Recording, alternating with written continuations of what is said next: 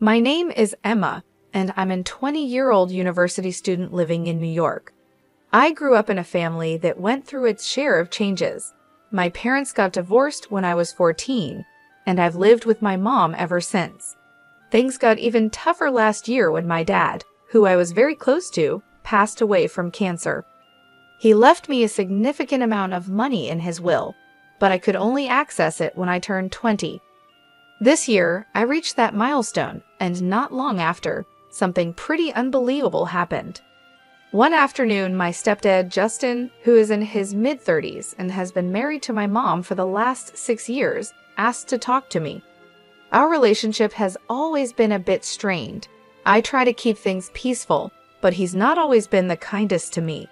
He started the conversation with a heavy topic.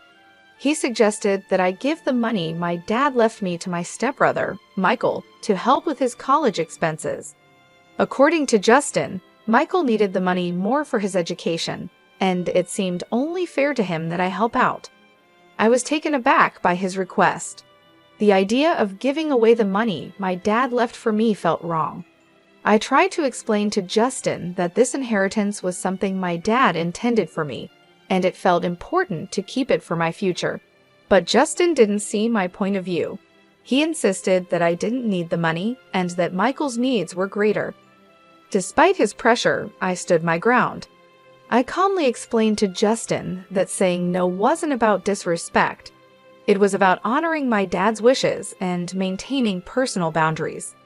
Justin got quite upset at my refusal and tried to intimidate me, but I remained firm in my decision. It was a challenging conversation, but it was important for me to speak up for what I felt was right. I stood firm, making it clear that if Justin was upset by my refusal, he might want to reconsider his approach.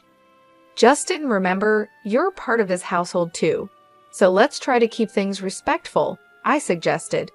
But it seemed like a peaceful resolution wasn't in the cards. I ended the conversation there, leaving before he had the chance to respond. Justin's reaction wasn't a shock to me. Given his past behavior, I had a hunch he might try to claim the inheritance money for himself at some point. You might wonder about my mom's role in all of this. Well, that's a complex issue. My mom, for reasons I can't fully understand, always seems to overlook Justin's negative traits. She's deeply in love with him, almost to the point of blindness, and I didn't want to shatter her perception by constantly clashing with Justin. So I've tried to maintain peace for her sake. It's odd, considering I'm one of the youngest in the house, yet often I find myself having to be the most responsible. At the time of this ordeal, my mom, Mary, was out of town, which is why she wasn't around to intervene. Had she been there, she would have been livid. Justin knew he had a window of opportunity with her away, underestimating my resolve in the process.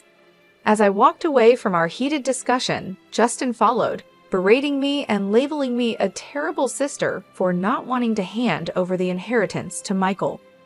But it wasn't about not wanting to help, it was about the principle of the matter.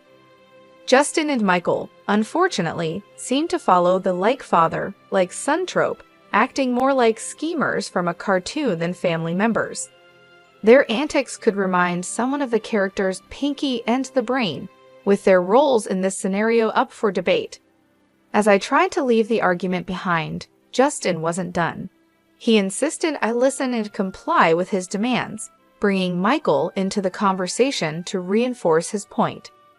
Michael sleepily joined in, confused about the details until Justin prompted him about the important reason behind their demand for the money, a supposed business venture that suddenly became about Michael's university tuition. Their story was inconsistent, with Justin scrambling to justify their claim to my inheritance, first mentioning a business, then switching to tuition. It was clear their motives were murky at best, relying on manipulation rather than any real need or right to the money my dad left me. I just woke up, so I'm a bit foggy, Michael mumbled, trying to piece together his story. Right, the university. I've been thinking about going, and I need the money for that. So yeah, I need it. His attempt to claim the inheritance for his education was unconvincing at best. I couldn't help but respond with a firm no, prompting a flurry of protests from both him and Justin. "Why not, Emma? He's clear about what he wants," Justin pressed, insisting the matter was non-negotiable and that they were entitled to the money. "We'll just have to see about that," I replied, the air growing thick with tension. Justin's antics were usually limited to harmless pranks, but this new scheme to manipulate me out of my inheritance marked a departure into outright selfishness and immaturity. I decided to hold off on telling my mom for the time being, preferring to handle the situation on my own, especially after uncovering more about their dubious intentions. "Emma, stop being childish. It's time to act like an adult and do what's right," Justin lectured, suggesting that the adult thing to do was to hand over my inheritance. His logic was baffling. "And what, Justin? The right thing is to give away my inheritance on your say-so?" I countered. His plea to keep this from my mom raised my suspicions further. Why shouldn't I tell her? She has every right to know what's happening in her own house. Justin's desperation not to involve my mom, paired with his uncharacteristically stern tone, only fueled my resolve. Something was definitely amiss, particularly with the so-called business venture Michael had mentioned earlier. It was clear they underestimated my awareness of their tactics, and Justin's vehement opposition to me sharing anything with my mom was a red flag. I reached out to my mom at the first opportunity. "Hey Mom, how's everything with you?" I began, trying to gauge her mood. "I'm all right, dear. What about you?" she responded. I hesitated, knowing what I was about to divulge could cause a stir. "Not great, Mom. Something's up with Justin and Michael Justin in particular. He's been acting really strange." My mom's response was to caution me against overthinking things. "Oh, Emma, don't let your imagination get the better of you." But it was too late for reassurances. The pieces were too aligned, pointing to something more than just a misunderstanding or paranoia on my part. Understanding my mom's reluctance to believe the unsettling truth about Justin, I pressed on, determined to shed light on the situation. "Mom, I get that you have feelings for him, but Justin crossed a line. He didn't just ask for the inheritance money, he demanded it for Michael, claiming it was for education purposes. There's something off about this whole thing, and he even became aggressive when I mentioned bringing it up to you," I explained, my resolve hardening despite her skepticism. My mom hesitated, torn by her emotions and the troubling accusations against the man she cared for. "I'm struggling to grasp this, Emma. I feel like we need more evidence to make sense of it all." "Don't worry, Mom. I'll find the proof we need," I assured her, even though she wasn't entirely convinced. The idea that Justin had somehow bewitched her with his manipulations nagged at me, but I knew I needed solid evidence to reveal the true nature of his intentions. Later that night, I found myself scouring the family computer for any clues that could unravel the mystery of Justin's behavior. Fortune seemed to be on my side when I discovered that Justin had carelessly left his email account open. What I found was a revelation. Emails exchanged between Justin and a woman named Martha painted a clear picture of deceit. These messages were far from innocent, hinting strongly at an affair. But it was the content discussing plans for a divorce and a future together, fueled by an influx of money from a dubious business venture, that caught my attention. Justin may have been cautious not to detail any illegal activities, but his indiscretion and betrayal were blatant. Armed with this information and determined to uncover more, I decided to approach Michael, hoping he might inadvertently reveal more about their plans. I initiated a casual conversation with him, subtly turning on my phone's recorder to capture our exchange. "Hey, Michael," I greeted him, feigning cheerfulness. "Hello, Emma," he replied, seemingly in a good mood. "You seem happy today." "Why not? It's a beautiful day," I said, steering the conversation in hopes of discovering more about Justin's schemes and their impact on my family. I approached Michael with a sense of curiosity, pretending to consider their request for the inheritance money. I've been thinking a lot about what you and Justin mentioned. I'm actually considering giving you the money for your college, I told him, watching his reaction closely. Really? That's amazing. I'll let him know right away, Michael said, his excitement palpable. Hold on, not so quickly. Before anything happens, I need to confirm something. This money is specifically for your college tuition, correct? I pressed on, trying to gauge his sincerity. Yes, of course, for my college tuition. Michael stuttered a bit, perhaps caught off guard by my questioning. And you're sure about this? What about Martha? Is she serious about it too? I prodded, dropping the name I had discovered in Justin's emails. Martha? Who's Martha?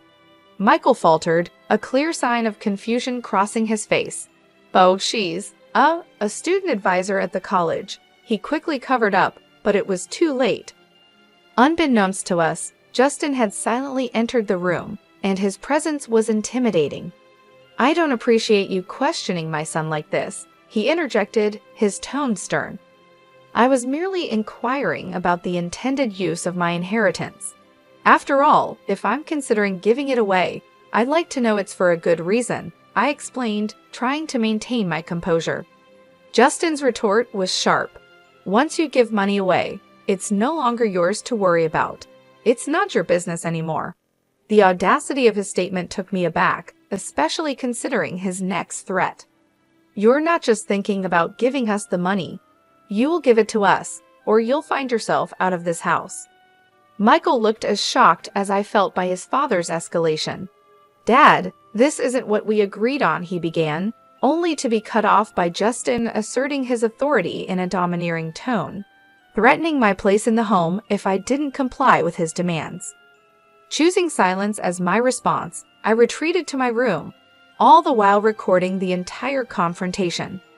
Justin was unaware that his true colors were being captured for posterity. Once safe in my room, I began compiling all the evidence I had against him. It felt like I was a detective in one of those crime shows, piecing together the puzzle. I had audio recordings and email screenshots, all pointing to Justin's deceitful behavior and his affair with Martha. Feeling the weight of my findings, I decided it was time to bring my mom into the loop. Hello, Mom, I started, my voice laced with urgency. Hey, sweetheart, how are you? She responded, unaware of the storm brewing. Mom, are you sitting down? I have something important to tell you, and it's not easy, I said, preparing her for the revelations that were to come. Breaking the news to my mom was tough. I started by telling her about the unsettling discoveries I had made. Initially, she found it hard to believe, but when I played the audio recording of my conversation with Justin, her denial began to fade, replaced by a mixture of shock and heartbreak. Why would he do such things? Why be so cruel? She questioned, her voice breaking with every word. It's hard to say, but we're dealing with someone who doesn't have our best interests at heart.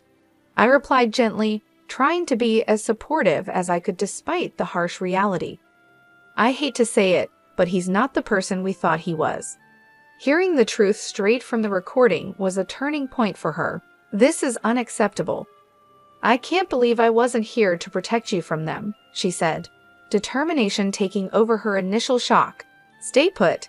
I'm coming back immediately, and yes, I've locked my door, I reassured her. My mom's protective instincts kicked in full force. She was ready to confront Justin and ensure he regretted his actions. He's going to realize he picked the wrong family to mess with, she said, a fierce resolve in her voice. When she arrived, it was a moment filled with mixed emotions. We hugged tightly, sharing tears over the betrayal and the tough decisions that lay ahead. Yet, there was also a sense of relief and unity. Together, we spent hours devising a plan, ready to face the ordeal as a team. In the days that followed, Justin was perplexed by my mom's unexpected return and her cold demeanor towards him. He tried to play it off with a veneer of cheerfulness, likely hoping to charm his way out of any suspicions. But my mom was unmoved. She saw right through his act and was gearing up to take decisive action. Concerned about the true nature of Justin's business, and the potential misuse of the inheritance, my mom decided it was time to bring in professional help. She hired a private investigator to dig deeper into Justin's activities and the mysterious emails.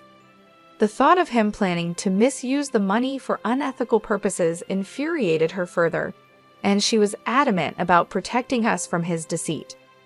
The private investigator's findings confirmed our worst fears and shed new light on Justin's scheming. My mom briefed me on the details, and together, we prepared for the next steps.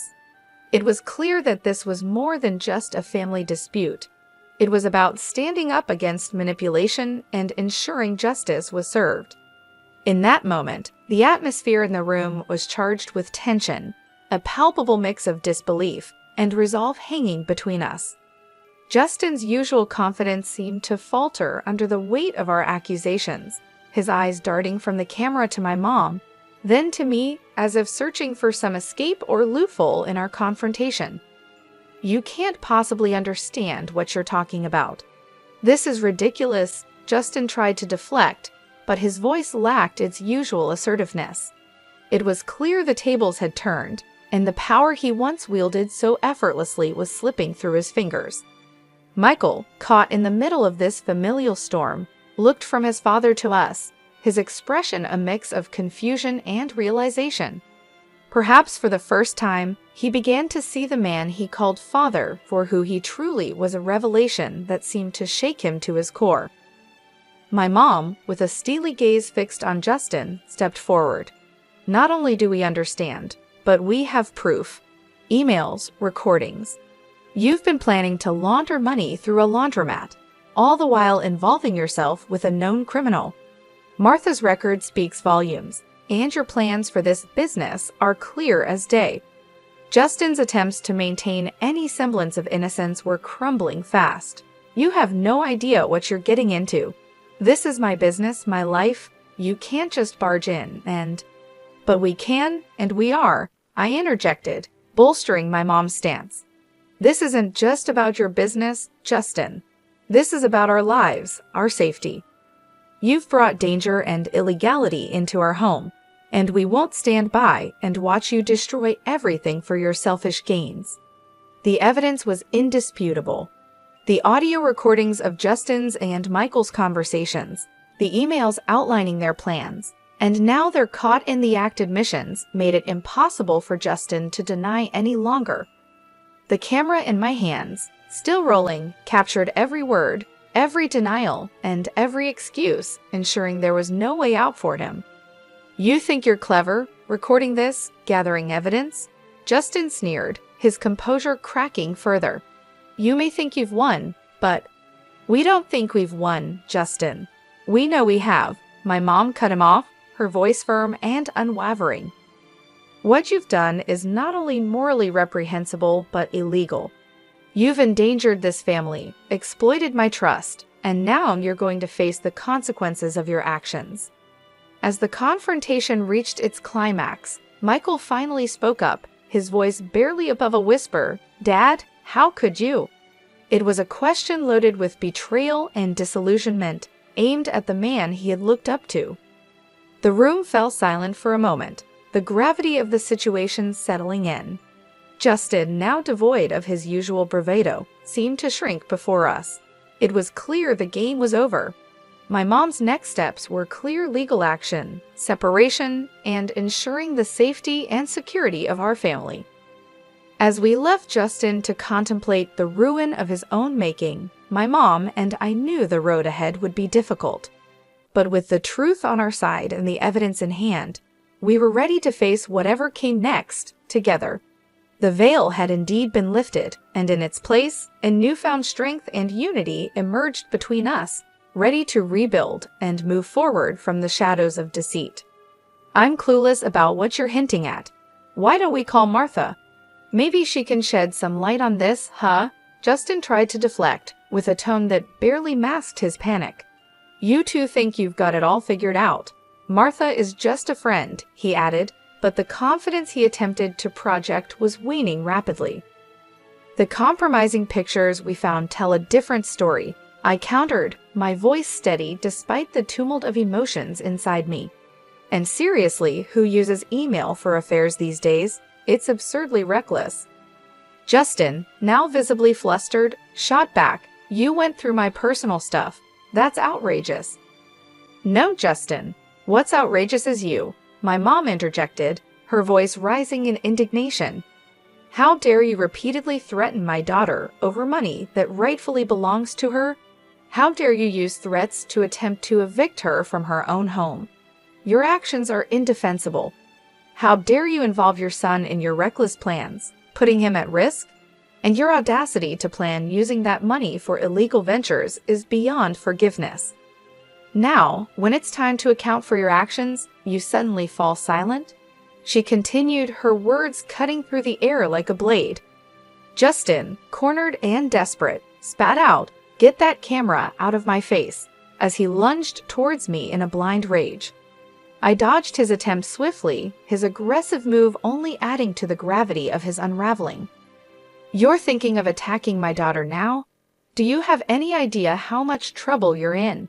my mom exclaimed, her tone a mix of disbelief and anger. Justin, defiant to the end, sneered, "You think you understand the situation? You know nothing." "Well, let's see if the police agree with you. They should be arriving any minute now," I declared, watching closely for his reaction. "Police? You wouldn't dare," he blustered, but his bravado was crumbling. As the sound of police sirens grew closer, Justin's usual smugness disappeared, replaced by a look of sheer terror. It was the first time I'd seen him stripped of his arrogance, revealing the coward beneath. "Please, Mary, let's not escalate this. I can explain," he pleaded, his voice cracking under the strain. "Save your explanations for the judge, you despicable man," my mom retorted with a disgust that left no room for ambiguity. "And Michael, don't think you're absolved from responsibility. You're both going to face the consequences of your actions."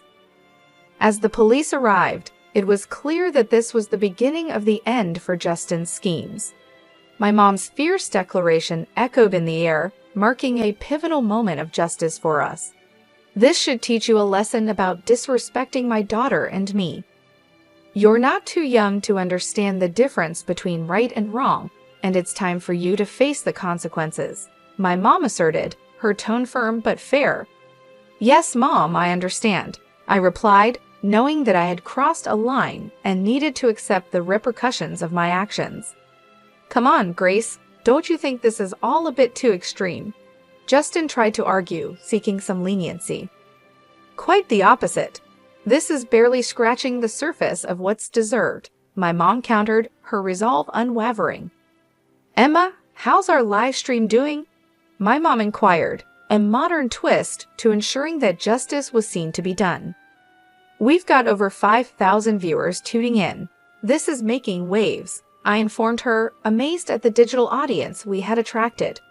And just to make things perfectly clear, my mom turned towards Justin, her voice steady and clear, "I want a divorce." "Yes, you heard it right, folks," she announced, making sure the live stream caught every word. The fallout from the live stream was monumental. The drama unfolded in real time for over 5,000 witnesses, and the story quickly spread to local newspapers and tabloids. Being at the center of this whirlwind was surreal, witnessing the swift downfall of Justin, my soon-to-be ex-stepfather, and the complicit Michael. The satisfaction of seeing justice served was palpable. Justin's world unraveled as he lost his job, friends, and even the support of some family members who chose to distance themselves. Facing serious charges, Justin's future hung in the balance, with the potential of spending up to 22 years behind bars if the court found him guilty. Meanwhile, Martha, his partner in crime, was also discovered by the police after attempting to lay low during the scandal. She too faced similar charges, her future uncertain. Through the turmoil, my mom and I found strength in each other. Our bond deepened as we navigated through the chaos, coming out stronger on the other side. Weekends were now our time to unwind on the patio, drinks in hand, reflecting on the absurdity and malevolence of Justin's actions. It was a period of healing and reaffirmation for us both. Good riddance. We toast a shared sentiment of relief and closure. Good riddance, indeed.